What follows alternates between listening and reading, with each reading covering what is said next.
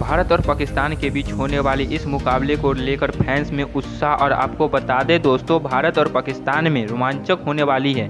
हालांकि मौसम उनकी उम्मीद भी तोड़ सकता है, लेकिन 1 लाख से ज़्यादा की क्षमता वाले मेलबर्न स्टेडियम के सभी टिकट पहले ही बिक चुके हैं। और आपको बता दें दोस्तों, T20 वर्ल्ड कप का मंच सजा हुआ है और 22 अक्टूबर यानी कल से सुपर 12 राउंड का आगाज होगा। भारत और पाकिस्तान के बीच 12 राउंड का मुकाबला 23 अक्टूबर को मेलबर्न में खेला जाना है। इस मैच पर करोड़ों क्रिकेट प्रेमियों की नजर रहेगी, लेकिन इस बीच में फैंस के लिए एक बुरी खबर हो सकती है। मेलबर्न क्रिकेट ग्राउंड MCC में होने वाली यह मैच रद्द भी हो सकता है।